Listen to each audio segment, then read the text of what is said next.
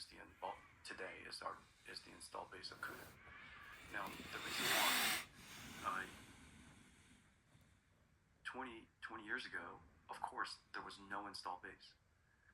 But if somebody came up with a GUDA or TUDA, it wouldn't make any difference at all. And the reason for that is because it's never been just about the technology. The technology, of course, was incredible, visionary. But it's the fact that the company was dedicated to it, stuck with it, expanded its reach. It wasn't 3 people that made CUDA successful. It was 43,000 people that made CUDA successful. And the several million developers that believed in us, that trusted that we were going to continue to make CUDA 1, 2, 3, 13, that they decided to port and dedicate their software on top of it, their mountain of software on top of it. And so the install base is the number one most important advantage. That install base, when you amplify it with the velocity of our execution at the scale that we're talking about, no company in history had ever built systems of this complexity, period. And then to build it once a year is impossible. And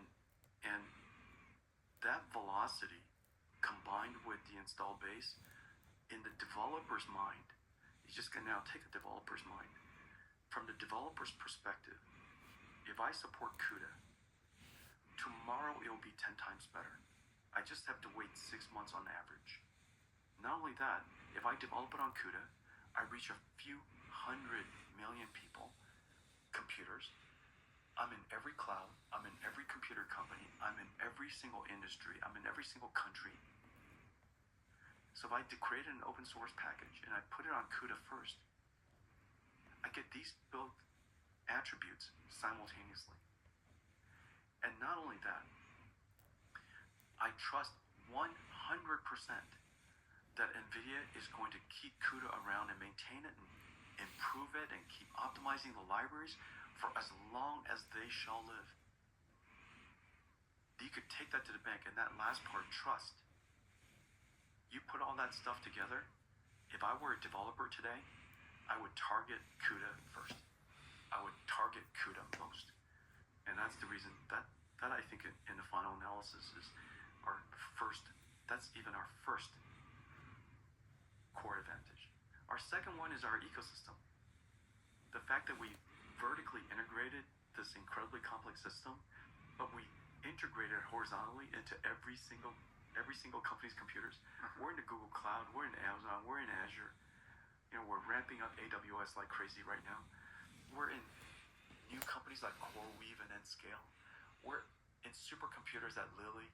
We're in enterprise computers. We're at the edge in radio base stations.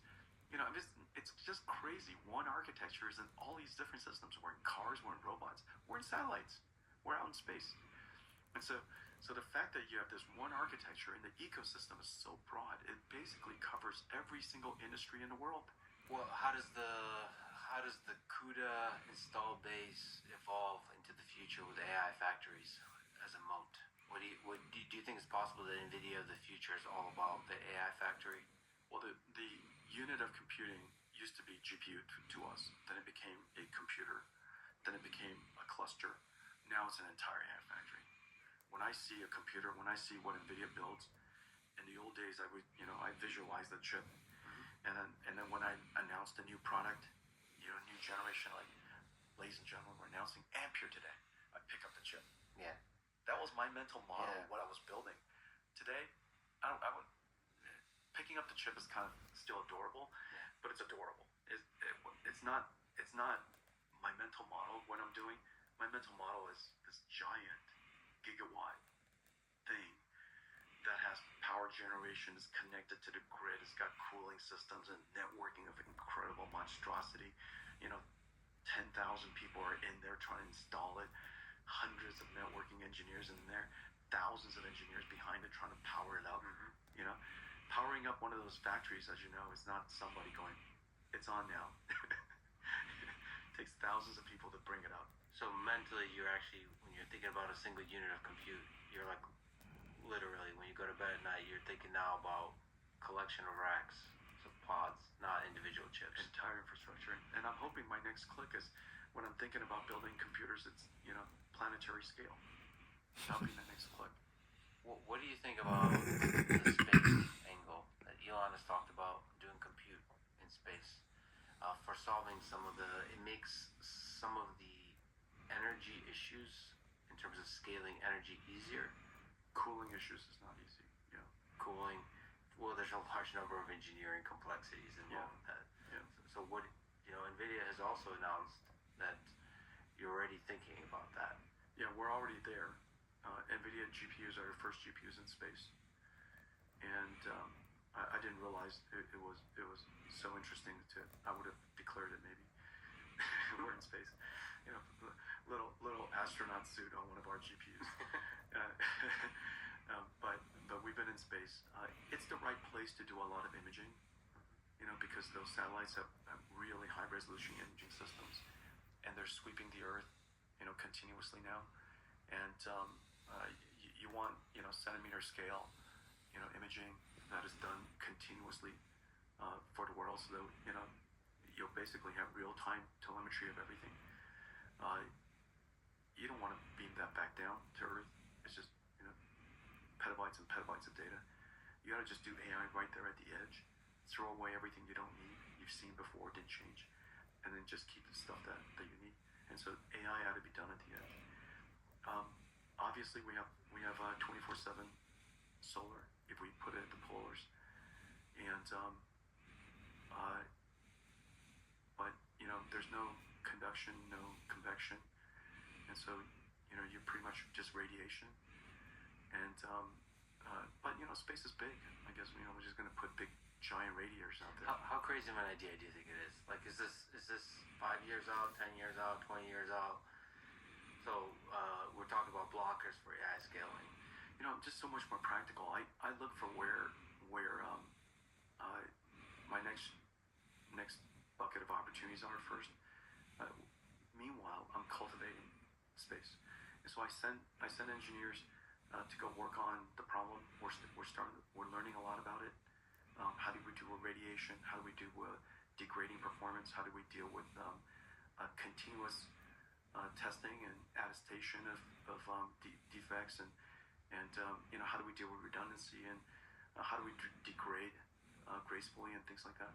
And so we could do what about software? How do you think about software and redundancy and performance out in space? Make it so that the computer never breaks. It just gets slower, and so we could start doing a lot of engineering exploration up front. But in the meantime, my favorite answer is eliminate waste. We've got all that idle power. I want to evacuate it as fast as possible. There's a lot of low-hanging fruit here on Earth that we can utilize for the AI scaling. Quick pause. Quick 30-second thank you to our sponsors. Check them out in the description. It really is the best way to support this podcast. Go to lexfriedman.com/sponsors. We got Perplexity for curiosity-driven knowledge exploration, Shopify for selling stuff online, Element for electrolytes, Fit for customer service AI agents, and Quo for a phone system like calls, texts, contacts for your business. Choose wisely, my friends. And now, back to my conversation with Jensen Huang. Do you think NVIDIA may be worth 10 trillion at some point? Let's ask it this way. What does the future of the world look like where that's true? I think that NVIDIA's growth is extremely likely, and in my mind, inevitable. And let me explain why. We're the largest computer company in history. That alone should beg the question, why? And the reason, of course, two reasons. First, two foundational technical reasons. The first reason is that computing went from being a retrieval-based file retrieval system. Almost everything is a file. We pre-write something, we pre-record something, we draw something, we put it on the web, we put it in a file, and we use a recommender system, some smart filter, to figure out what to retrieve for you. And so we were pre-recording human pre-recording and file retrieving system. That's what a computer is, largely. To now, AI computers are contextually aware, which means that it has to process and generate tokens in real time.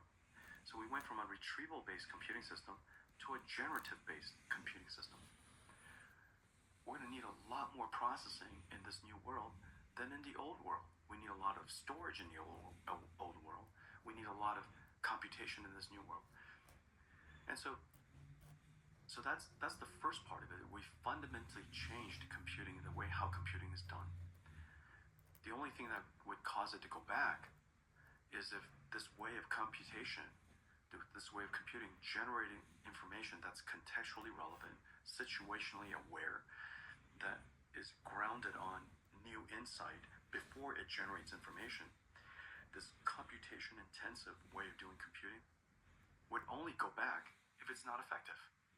So if for the last 10, 15 years while we're working on deep learning, if at any single moment I would have come to the conclusion that you know what, this is not going to work out.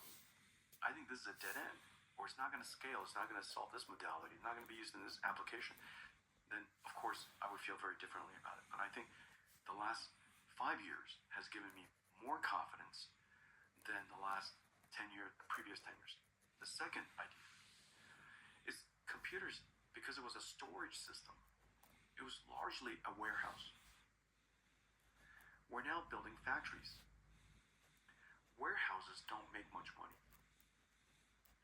Factories directly correlate with a company's revenues.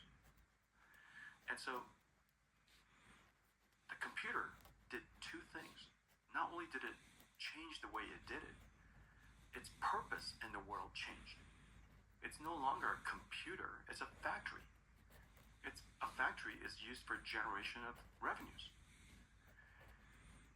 We're now seeing, not only is this factory generating products, commodities that people want to consume, we're seeing that the commodities are so interesting, so valuable, so to so many different audiences, that the tokens are starting to segment like iPhones. You have free tokens, you have premium tokens, and you have several tokens in the middle. And so intelligence, as it turns out, it's a scalable product. There's extremely high intelligence products, tokens that are used for specialized things. People be willing to pay, the idea that somebody's willing to pay $1,000 per million tokens is just around the corner. It's not if, it's only when. And so now we're seeing that the commodity that this factory makes is actually valuable and is revenue generating and profit generating. Now the question is, how many of these factories does the world need? How many tokens does the world need? And how much is society willing to pay for these tokens? And what would happen to the world's economy if the productivity were to improve so substantially? What would happen? Are we going to discover new drugs, new products, new services? And so when you take these things in combination, I am absolutely certain that the world's GDP is going to accelerate in growth. I'm absolutely certain the percentage of that GDP that will be used for computation will be 100 times more than the past, because it's no longer a storage unit, it's a product generation unit. And so when you look at it in that context, and then you back into what does NVIDIA do, and how much of that new economics, new industry would we have the benefit to address, I think we're going to be a lot bigger. And then the rest of it, to me, is it possible for NVIDIA to be a $3 trillion revenues company in the near future? The answer is, of course, yes. And the reason for that is because it's not limited by any physical limits. There's nothing that I see that says, $3 trillion is not possible. And as it turns out, NVIDIA's supply chain the burden is shared by 200 companies. And the fact that we scale out on the backs of, with the partnership of this ecosystem. Question is, do we have the energy to do so? And surely we will have the energy to do so. And so all of these things combined, that number is just a number, you know. And I still remember Nvidia was the first time we crossed $1 billion. I was reminded of a CEO who told me, you know, Jensen, it's theoretically impossible for a fabless semiconductor company to exceed $1 billion. And I won't bore you with why, but the end, of course, is illogical, and there's a lot of evidence we're not. And then somebody told me, you know, Jensen, you'll never be more than $25 billion because of some other company. Somebody told me that you'll never be, you know, because, and then so those aren't first principle reason thinking. And the simple way to think about that is, what is it that we make, and how large is the opportunity that we can create? Now, Nvidia is not in the market share business. Almost everything that I just talked about don't exist. That's the part that's hard. You know, if Nvidia was a $10 billion company trying to take Nvidia's share, then it's easy to see for shareholders that, oh yeah, if they could just take 10% share, they could be this much larger. But it's hard for people to imagine how large we could be, because there's nobody I could take share from. You know, and so I think that's one of the challenges for the world is the imagination of the future. But I got plenty of time, and I'll keep reasoning about it, and I'll keep talking about it, and every single GTC will become more and more real, you know, and then more and more people will talk about it. And one of these days, you know, we'll get there. But 100% we'll get there. Yeah, this view of you know, token factories, essentially, this token per second per watt, and every token having value. Like, it's an actual thing that brings value, and it brings different kinds of value, different amounts of value to different people, but it's value. That's the actual product. This really could be loosely thought of as the token. So you have a bunch of token factories, and then it's very easy, first principles, to imagine a future, given all the potential things that AI can solve, that you're going to need an exponential number more of token factories. Yeah. And what's really interesting, the reason why I was so excited about it, the iPhone of tokens arrived. What do you call it? Wait, are you saying OpenClaw's iPhone? Yeah. That's interesting. Agents. Yeah, agents. True. Agents in general. The